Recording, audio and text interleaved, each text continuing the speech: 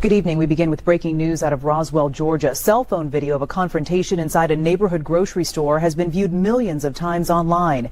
Investigators say it started when a 67-year-old retired bus driver, a black man, asked a white shopper to move her cart. Good evening. We begin with breaking news out of Roswell, Georgia. Cell phone video from a neighborhood grocery store shows a confrontation between a 67-year-old retired bus driver and a 43-year-old woman that quickly turned violent. What are you staring at me like that? You need to mind your own business. Ma'am, I wasn't staring. I'm just waiting my turn, that's all. You always think you can get away with anything. Hey, let's calm down, please. We can sort this out. 72-year-old Robert Henderson had been shopping at Martin's grocery store every Tuesday morning for the past 15 years. On this particular autumn day, he was doing what he always did, carefully selecting fresh vegetables for his wife's famous soup recipe. His basket was half full, and he was humming quietly to himself, completely unaware that his peaceful errand was about to turn into a nightmare. That's when Jennifer Walsh, a 43-year-old insurance broker, turned her cart into the same aisle. What happened next shocked everyone present. Without any prior interaction, Jennifer suddenly raised her voice, accusing Robert of following her through the store. Robert, confused and startled, politely explained he was just shopping. But Jennifer's voice grew louder, more aggressive. She began shouting racial slurs, her face reddening with inexplicable rage. Other shoppers froze, their eyes wide with disbelief.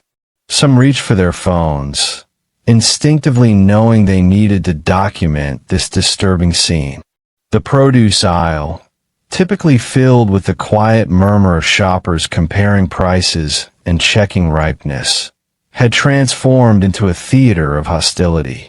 Robert took a step backward, trying to create distance between himself and this stranger who seemed intent on confrontation. He raised his hands in a peaceful gesture, his voice calm and measured as he attempted to de-escalate the situation. He explained that he'd simply been examining the tomatoes and had no idea who she was or why she believed he was following her. His reasonable tone seemed to have the opposite effect. Jennifer had somehow convinced herself of a narrative that existed only in her mind. A young mother with two small children quickly ushered her kids toward the next aisle, shielding their eyes from the ugly scene unfolding. An elderly couple who had been selecting lettuce stood paralyzed, their mouths agape at the venom pouring from Jennifer's mouth. A store employee stocking shelves nearby dropped the box of canned goods he was carrying, the metallic clatter echoing through the suddenly tense atmosphere. He fumbled for the walkie-talkie clipped to his belt, his hands trembling as he called for management assistance. Jennifer's tirade continued, her accusations becoming more wild and unfounded with each passing second. She claimed Robert had been staring at her in the parking lot, that he'd deliberately positioned himself near her in the bread aisle minutes earlier, that he was making her feel unsafe. None of this was true. Security footage would later prove that their path had crossed only once before this moment. A brief, innocuous passing near the store entrance where neither had acknowledged the other's presence. Robert's routine was well documented by store staff who knew him as a gentle, soft-spoken regular customer who always had a kind word and a generous tip for the bag boys. The store manager, Patricia Rodriguez, arrived breathless, having sprinted from the customer service desk at the front of the store. She immediately assessed the situation, her trained eye taking in Robert's defensive posture and Jennifer's aggressive stance. Patricia had worked in retail management for 23 years and had seen her share of customer disputes, but something about this felt different, more sinister. She positioned herself between the two customers, her voice firm but professional as she asked Jennifer to calm down and explain what had happened. Jennifer's response was to point an accusatory finger at Robert and demand that he be removed from the store immediately. She insisted she was a valued customer, that she shopped there twice a week, and that she shouldn't have to tolerate being harassed. Patricia, maintaining her composure despite her growing concern, gently informed Jennifer that Robert was also a long-standing customer and that without evidence of wrongdoing, she couldn't ask him to leave. This reasonable response triggered another explosion from Jennifer, who now turned her anger toward Patricia, questioning her judgment and making veiled threats about corporate complaints and negative reviews. By now, a small crowd had gathered at both ends of the aisle, keeping a safe distance, but unable to look away from the disturbing spectacle. Several customers were visibly upset, with one older woman dabbing tears from her eyes as she witnessed the racial hatred being directed at Robert. A teenager in a Martin's grocery uniform stood near the dairy section, his phone held high, capturing every word and gesture. The fluorescent lights overhead seemed to buzz louder in the uncomfortable silence that fell between Jennifer's outbursts, as if even the building itself was holding its breath, waiting to see how this shocking confrontation would end. The situation spiraled out of control within seconds. Jennifer didn't just hurl verbal abuse. She physically attacked Robert. Security footage would later show her ramming her shopping cart directly into his legs, causing him to stumble backward against the produce display. Apples and oranges tumbled to the floor as Robert tried to steady himself. When a young store employee, 19-year-old Marcus Chun, rushed over to intervene, Jennifer turned her fury on him too, screaming that he should mind his own business. Robert, despite his shock and pain, maintained his composure. His military background, he was a Vietnam veteran, had taught him discipline under pressure. He didn't retaliate or raise his voice. Instead, he firmly asked Jennifer to step back and leave him alone. This only seemed to enrage her further. She grabbed a bag of potatoes and threw it in his direction, barely missing his head. By now, at least 6 customers had their phones out, recording every disturbing moment. Store manager Patricia Rodriguez had already called 911, her hands shaking as she spoke to the dispatcher. The impact of the shopping cart had left visible marks on Robert's shins, angry red welts that would darken into deep purple bruises within the hour. He bent down slowly, gripping the metal frame of the produce display for support, his breathing labored from the shock and exertion. The scattered fruit rolled across the polished floor, creating a hazardous obstacle course that forced other shoppers to navigate carefully around the chaos. A cantaloupe had split open upon impact, its sweet aroma mixing incongruously with the bitter tension filling the air.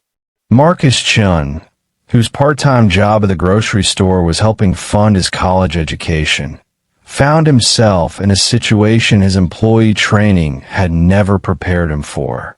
He stood between Jennifer and Robert, his arms outstretched in a protective barrier, his youthful face a mixture of fear and determination.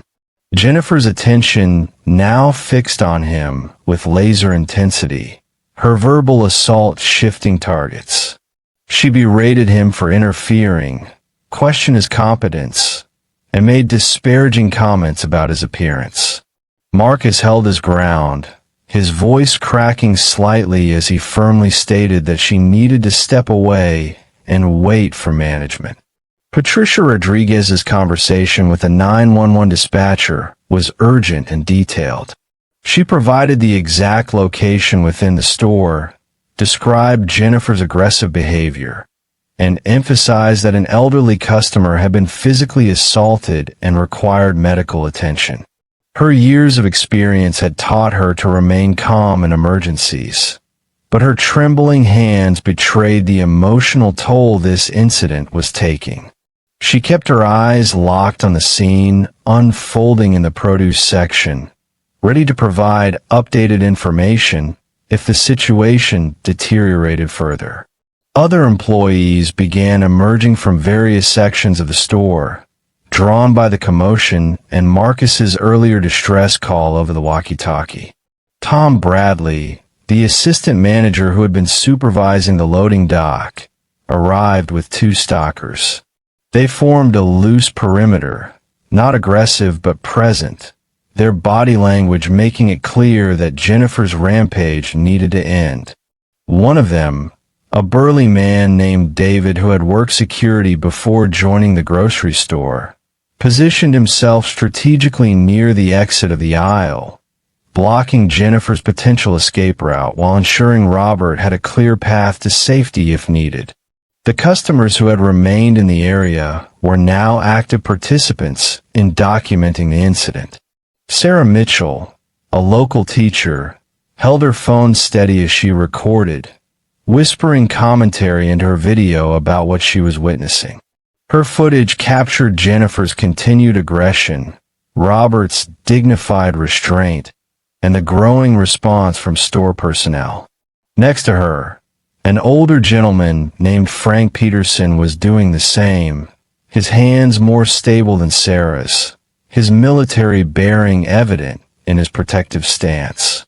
He had recognized Robert as a fellow veteran from their shared participation in local Memorial Day ceremonies, and his jaw was clenched with barely contained anger at seeing his friend treated this way. Jennifer seemed oblivious to the fact that her actions were being recorded from multiple angles. She continued her verbal tirade, now adding threats of lawsuits to her repertoire. She claimed she would sue the store, sue Robert, sue anyone who dared to suggest she was in the wrong. Her sense of victimhood was so deeply entrenched that she genuinely seemed to believe her own distorted version of events. She pulled out her own phone, attempting to record Robert, perhaps thinking she could create evidence to support her false narrative. Her hands shook with adrenaline as she held the device, her voice still raised in accusation. Robert, meanwhile, had managed to lower himself onto an overturned milk crate that one of the employees had quickly provided. He sat heavily, one hand rubbing his injured shin, the other pressed against his chest as he took deep, measured breaths. Patricia knelt beside him, her managerial duties temporarily set aside as she showed genuine human concern. She asked if he was experiencing chest pain, if he needed immediate medical attention beyond what the arriving ambulance would provide. Robert shook his head, assuring her he just needed a moment, though the pallor of his face and the tightness around his eyes told a different story about the physical and emotional trauma he was enduring. When Officers Daniels and Martinez arrived 7 minutes later, they encountered a scene of chaos. Jennifer was still screaming, now claiming that Robert had threatened her. A complete fabrication contradicted by multiple witnesses and the store's extensive camera system. The officers professionally separated both parties, with Officer Daniels gently checking on Robert's condition while Officer Martinez attempted to calm Jennifer down. But Jennifer's behavior only worsened.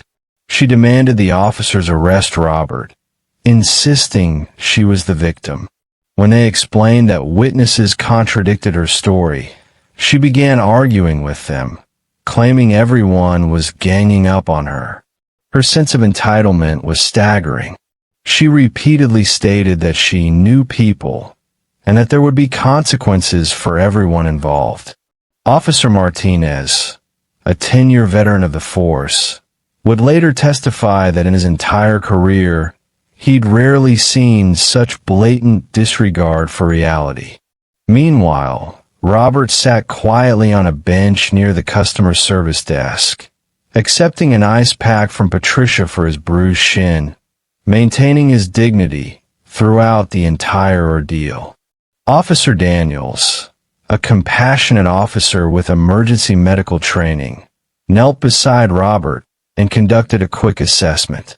He checked Robert's pulse, noting its elevated rate, and examined the visible injuries on his legs where the shopping cart had made impact.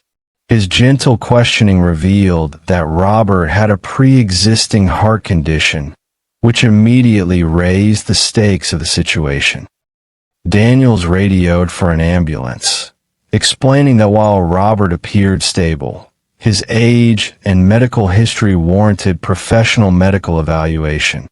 Robert protested weakly, not wanting to create a fuss, but the officer insisted with kind firmness that it was protocol and necessary. Across the store, Officer Martinez was dealing with an entirely different challenge. Jennifer's volume hadn't decreased, despite his repeated requests for her to lower her voice. She paced back and forth in an agitated manner, her movements jerky and erratic, her finger jabbing the air as she made her accusations. When Martinez calmly asked her to provide her account of what happened, her story kept changing with each retelling. First, she claimed Robert had followed her from the parking lot. Then she said he'd cornered her in the aisle. Minutes later, she insisted he'd try to grab her purse. Each version contradicted the last, and Martinez took careful notes, his experienced eye recognizing the inconsistencies that would later prove crucial in court. The other customers who had witnessed the attack began approaching the officers, eager to provide their statements. Sarah Mitchell, still clutching her phone with the recorded video, spoke with passion about what she'd seen, her teacher's instinct for truth and justice evident in every word. Frank Peterson introduced himself as a retired Marine Corps officer and described the attack with military precision, his testimony carrying the weight of a trained observer. A young couple who had been shopping for their weekly groceries together corroborated every detail, their statements aligning perfectly with the others. Each witness emphasized the same points. Robert had done nothing to provoke the attack. Jennifer had initiated all contact, and her use of racial slurs had been persistent and vicious. Patricia Rodriguez retrieved the security office key and led a third officer, who had arrived as backup, to review the footage immediately. The recordings were damning and comprehensive. Multiple camera angles showed Jennifer's cart ramming into Robert with clear, deliberate force. The audio, though slightly muffled, captured enough of her verbal abuse to leave no doubt about the racial motivation behind her attack. The timestamp on the footage definitively proved that Jennifer and Robert had not interacted before their encounter in the produce aisle, destroying her claims of being followed or threatened. Patricia made copies of the relevant footage on 3 separate USB drives, ensuring the evidence would be preserved and available for prosecution. Back in the main area of the store, Jennifer's demeanor shifted from aggressive to manipulative. She began crying, suddenly portraying herself as frightened and overwhelmed. She told Officer Martinez that she'd felt threatened, that as a woman shopping alone, she had the right to protect herself. Her tears seemed calculated rather than genuine, appearing and disappearing with suspicious convenience. Martinez remained professional but unmoved, having seen this particular performance many times before from individuals trying to avoid accountability. He explained calmly that feeling threatened didn't justify physical assault or racial abuse, and that her actions had crossed clear legal boundaries. Jennifer then attempted a different tactic, asking to speak with Martinez's supervisor. She claimed she wasn't being treated fairly, that the officers were biased against her, that they weren't listening to her side of the story.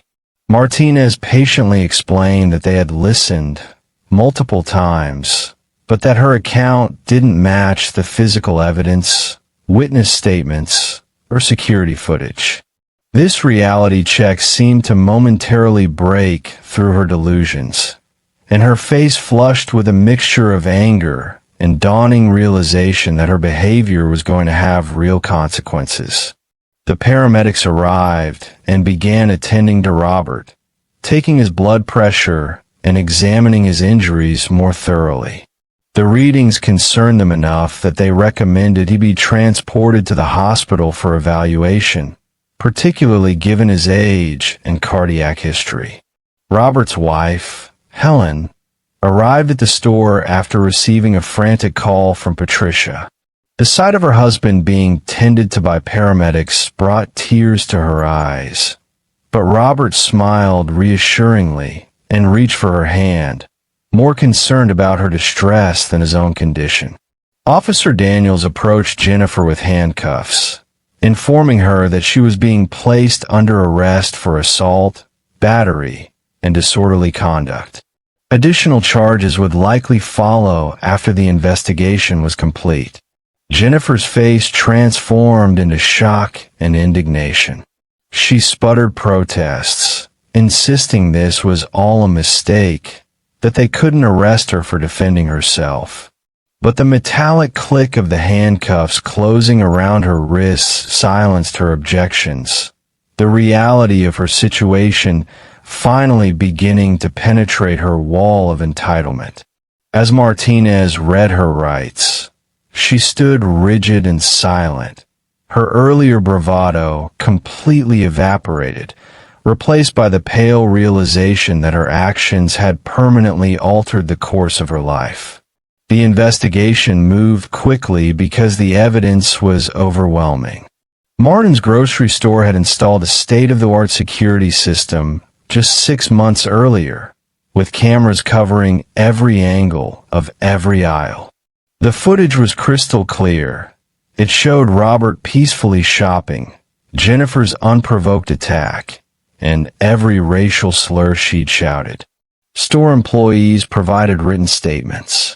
6 customers who recorded the incident on their phones voluntarily submitted their videos to police. One video, taken by college student Amy Thornton, had already gone viral on social media, garnering over 2 million views within hours. Medical personnel examined Robert and documented his injuries: bruising on both shins, a scraped elbow from his fall against the produce display, and elevated blood pressure from the stress of the attack. His doctor noted that for a man with his heart condition, such a traumatic encounter could have had serious health consequences. The prosecutor's office reviewed everything and made their decision swiftly. Jennifer Walsh would face multiple charges including assault, battery, disorderly conduct, and a hate crime enhancement due to the racial nature of her attack. Detective Sarah Williams was assigned to lead the investigation, and she approached it with methodical thoroughness. She spent an entire afternoon at Martin's grocery store, walking through the scene, measuring distances, and reviewing every second of security footage from multiple angles. The high-definition cameras had captured not just the physical assault, but also facial expressions, body language, and the reactions of everyone present. Detective Williams noted in her report how the footage showed Robert's hands remained at his sides throughout the encounter, how he never stepped toward Jennifer aggressively, and how his only defensive movement was backing away to create distance. The contrast with Jennifer's aggressive advancing, her forceful push of the shopping cart, and her throwing of the potato bag could not have been more stark. The digital evidence extended far beyond the store's security system. Amy Thornton's viral video had been shared across multiple social media platforms, generating millions of comments and sparking national conversations about racism and accountability. News outlets picked up the story within 24 hours, with local television stations requesting interviews with witnesses and community leaders. The public response was overwhelmingly supportive of Robert, with many people expressing outrage at what he'd endured. A GoFundMe campaign, started by concerned community members to help with Robert's medical expenses, raised over $50,000 in just 3 days, far exceeding its modest goal. The witness statements painted a consistent and damning picture.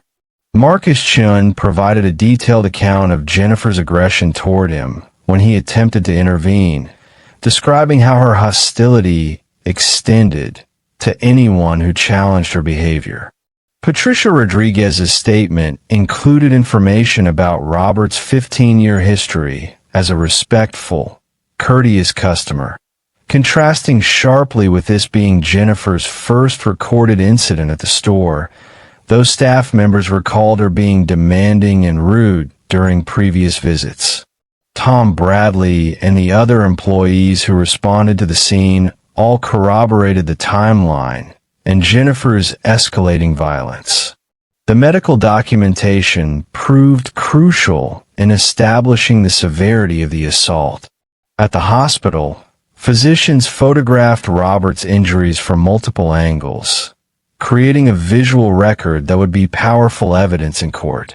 The bruising on his shins measured 4 inches across on each leg, consistent with the force of a shopping cart impact. His scraped elbow had bled through his shirt sleeve, requiring cleaning and bandaging. Most concerning were his cardiovascular readings.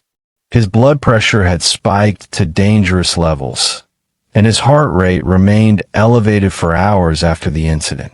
Dr. Raymond Foster, Robert's cardiologist, provided a written statement explaining that such stress could have triggered a cardiac event in a patient with Robert's medical history, potentially with fatal consequences. The prosecutor assigned to the case, Assistant District Attorney Michael Chun, reviewed the evidence file with growing conviction. In his 12 years as a prosecutor, he'd handled numerous assault cases, but few came with such comprehensive documentation. The combination of multiple video sources, consistent witness testimony, physical evidence, and medical records created what he described to his colleagues as an airtight case. He immediately recognized the hate crime enhancement was not just appropriate but necessary, given the clear racial motivation captured on video and confirmed by every witness present. Jennifer's attempts to craft a defense crumbled under scrutiny. Her initial statement to police, claiming self-defense, was thoroughly debunked by the video evidence. Her lawyer, a public defender named Thomas Reynolds, reviewed the evidence and delivered the unfortunate news that proceeding to trial would be extremely risky.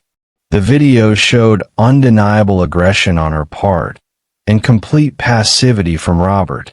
No jury would believe her version of events when confronted with such clear contradictory evidence. Reynolds privately advised Jennifer that her best option was to accept responsibility and negotiate a plea agreement, though she initially refused to even consider this advice. The community response intensified as details of the case became public. Local civil rights organizations held a press conference on the steps of City Hall, with Robert standing beside community leaders who praised his composure and dignity. Reverend James Thompson of the First Baptist Church, a longtime friend of Robert's, spoke eloquently about the everyday racism that black citizens still faced and the importance of holding perpetrators accountable. The local NAACP chapter announced they would monitor the case closely to ensure justice was served. Veterans organizations also rallied around Robert, emphasizing that a man who had served his country with honor deserved better treatment in the community he'd fought to protect.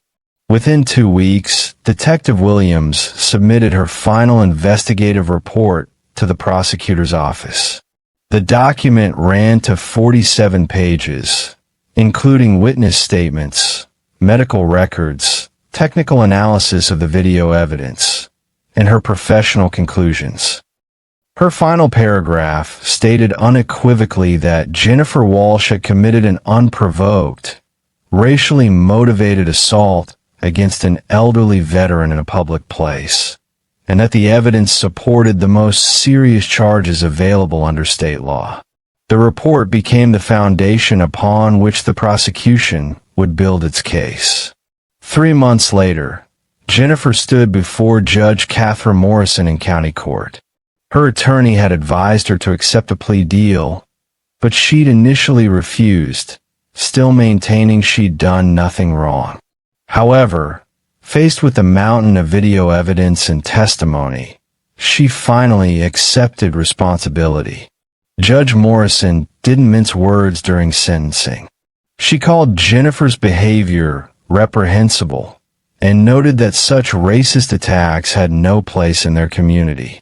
Jennifer was fined $5,000, sentenced to 200 hours of community service at a multicultural community center, ordered to complete an intensive racial sensitivity program, and given 18 months of probation. She was also required to pay Robert's medical expenses and issue a public written apology. As Robert left the courthouse that day, supported by his family and local community leaders, he told reporters he hoped this case would remind people that actions have consequences. His grace under pressure had turned him into an unlikely hero, proof that dignity and composure can triumph over hate. The courtroom had been packed that morning, with every seat filled and people standing along the back wall. Robert sat in the front row with his wife Helen, their 3 adult children flanking them protectively. Behind them sat members of the local veterans organization, community activists, and concerned citizens who had followed the case closely. The atmosphere was tense, but purposeful, with everyone present understanding they were witnessing an important moment of accountability. Jennifer sat at the defense table, her posture rigid, her face carefully neutral as she avoided making eye contact with anyone in the gallery. Judge Morrison's voice had carried authority and disappointment as she addressed Jennifer directly before pronouncing sentence. She referenced the security footage that had been played in court, describing in detail how the video showed an unprovoked attack on an elderly man who had done nothing to deserve such treatment. The judge pointed out that Jennifer's initial refusal to accept responsibility had compounded the harm, forcing Robert and his family to endure months of uncertainty and reliving the trauma through legal proceedings. Morrison emphasized that the court system existed to protect vulnerable members of society from exactly this type of targeted violence and hatred. The financial penalties were structured to ensure Jennifer felt the consequences of her actions. The $5,000 fine represented a significant portion of her savings, and the requirement to pay Robert's medical expenses added several thousand more to her financial burden. The bills included emergency room treatment, follow-up cardiology appointments, prescription medications for stress-related symptoms, and ongoing monitoring of his heart condition. Jennifer's face had paled visibly when the total amount was read aloud in court, the reality of her actions hitting her wallet as hard as her reputation. The community service assignment was particularly fitting. Judge Morrison had specifically chosen the Martin Luther King Jr. Multicultural Community Center, a local organization that served diverse populations and worked actively to promote understanding between different cultural groups. Jennifer would spend her 200 hours working directly with people from backgrounds different from her own, helping with food distribution programs, tutoring children from immigrant families, and assisting with community events. The center's director, Maria Gonzalez, had agreed to supervise Jennifer's service, though she made it clear that any hint of the same prejudice that had led to the assault would result in immediate termination and a return to court for harsher sentencing. The mandatory racial sensitivity program was an intensive 8-week course developed by the state's Department of Justice in partnership with civil rights organizations.